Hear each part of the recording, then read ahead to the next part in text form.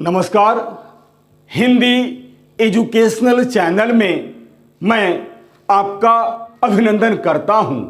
आज मैं आपके समक्ष आधुनिक हिंदी साहित्य के श्रेष्ठ राष्ट्रप्रेमी कवि मैथिली शरण गुप्त जी का सामान्य साहित्यिक परिचय को लेकर उपस्थित हुआ हूं।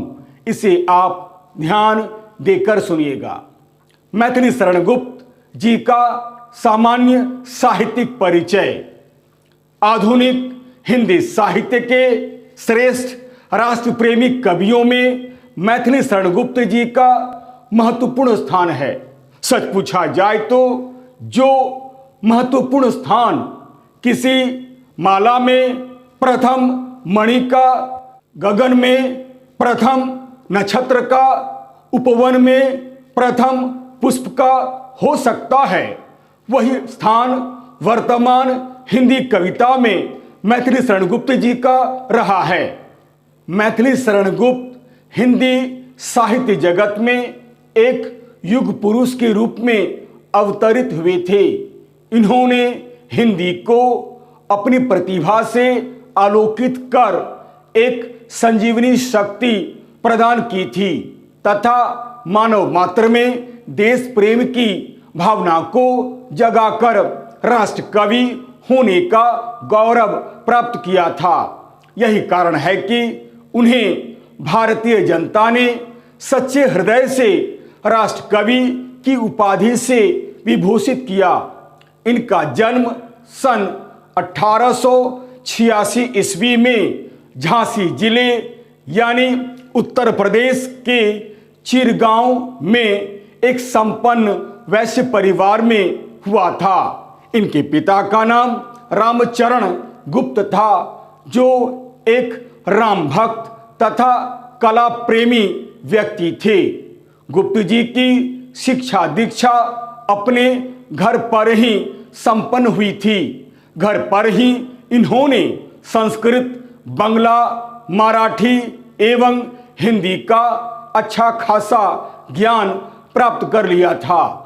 घर का वातावरण साहित्यिक भी था, इसीलिए गुप्त जी के मन में बचपन से ही कविता करने की प्रवृत्ति जागृत हो गई थी। कहा जाता है कि छोटी अवस्था में ही इन्होंने एक दिन अपने पिता की कॉपी में से एक छप्पय लिखकर कवि बनने का आशीर्वाद प्राप्त कर लिया था।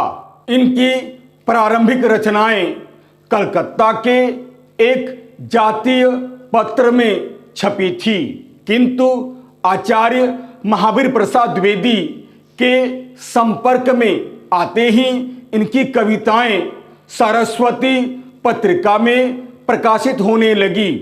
आचार्य महावीर प्रसाद द्विवेदी जी के संपर्क में आने से ही ये खड़ी बोली में काव्य रचना करने लगे।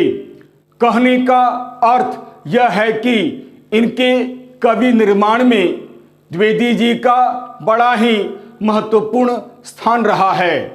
गुप्त जी पर गांधी जी का भी विशेष प्रभाव पड़ा था। फलतः उन्होंने राष्ट्रीय आंदोलन में भाग लेना शुरू कर दिया था, जिसके फलस्वरूप वे कई बार जेल भी गए थे। ये जीवन के अंतिम काल तक काव्य साधना व देश की सेवा में लीन रहे। इनकी प्रमुख रचनाएं इस प्रकार है। रचनाएं इन्होंने मौलिक तथा अनुदित दोनों प्रकार की रचनाएं की हैं। गुप्त जी ने लगभग 40 से भी अधिक रचनाएं हिंदी साहित्य को प्रदान की है, जैसे रंग में भंग, जयद्रथ वध, कुणाल, नहुस, मेघनाथ वध, भारत भारती, शकुंतला, पंचवटी, द्वापर, यशोधरा, साकेत, सिद्धराज, विष्णु प्रिया आदि उनकी बहुचर्चित रचनाएं हैं। भारत भारती, यशोधरा, साकेत इनकी बेजोड़ रचनाएं हैं। साकेत राम काव्य परंपरा पर आधारित एक उच्च कोटि का महाकाव्य है। इनकी मौलिक तथा अनुदित दोनों प्रकार की रचनाओं में ऐतिहासिक, पौराणिक, धार्मिक, राष्ट्र प्रेम आदि सभी विषय भरे पड़े हैं। साकेत नामक महाकाव्य पर इन्हें हिंदी साहित्य सम्मेलन से मंगला प्रसाद पारितोषिक पुरस्कार प्राप्त हुआ है। भारत सरकार ने भी इन्हें पद्म भूषण की उपाधि से अलंकृत किया है। ये 12 वर्ष तक भारतीय संसद के मनोनीत सदस्य भी रहे हैं। 12 दिसंबर सन 1964 ईस्वी को इनका निधन हो गया।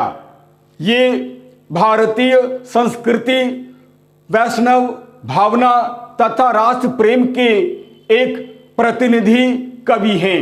इनके काव्य का मुख्य विषय भारतीय संस्कृति, भक्ति भावना, भारतीय समाज में नारी का स्थान रहा है। इन्होंने यशोधरा साकेत नामक काव्य ग्रंथ में नारी की महानता को बड़े सुंदर ढंग से उजागर किया है। इन्होंने इस काव्य में युग युग की उपेक्षिता कैकेयी तथा उर्मिला और यशोधरा के गौरवमयी चरित्र को बड़ी सुंदर ढंग से दिखलाने का प्रयास किया है। मैथिली शरण गुप्त भारतीय संस्कृति के अमर गायक हैं। यही नहीं, इनकी रचनाओं में विश्व बंधुत्व, गांधीवाद, मानवता जैसी भावनाओं का समाविष्ट हुआ है तथा नारी के प्रति असीम करुणा तथा सहानुभूति की भावना भी व्यक्त हुई है। कला पक्ष, भाव पक्ष के साथ साथ कला पक्ष की दृष्टि से भी इनकी रचनाएं या इनकी कविताएं बेजोड़ है। गुप्त जी खड़ी बोली के एक श्रेष्ठ कवि हैं।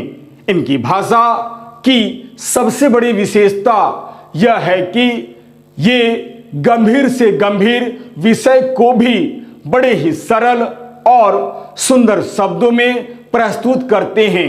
इनकी भाषा सरल और सहज है। इन्होंने संस्कृत के तत्सम शब्दों का भी प्रयोग किया है, फिर भी इनकी भाषा बोधगम्य है। इन्होंने मुक्तक तथा प्रबंध काव्य में रचनाएं की हैं।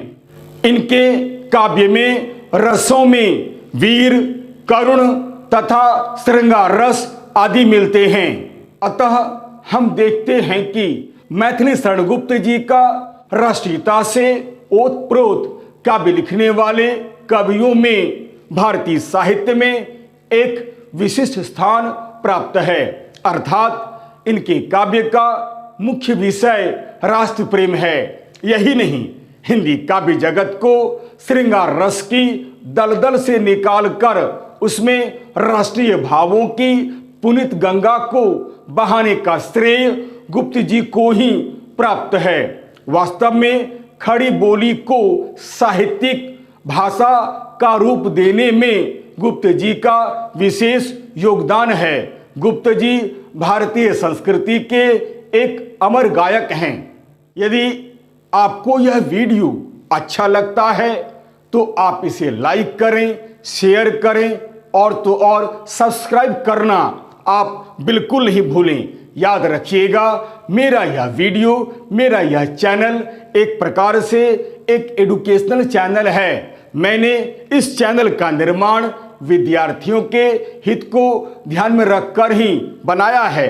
अतएव लाइक, शेयर और सब्सक्राइब करना आप बिल्कुल नहीं भूलें। और हाँ, यदि मेरे वीडियो में अगर आपको कहीं भी किसी प्रकार की कोई त्रुटि या कोई कमी नजर आती है तो आप सप्रमाण कमेंट्स करें, ताकि मैं उन गलतियों का सुधार कर सकूं और आपके समक्ष एक बहुत ही सुंदर वीडियो बनाकर प्रस्तुत कर सकूं, ताकि आप अधिक से अधिक इसका लाभ उठा सकें। तब तक के लिए नमस्कार, धन्यवाद।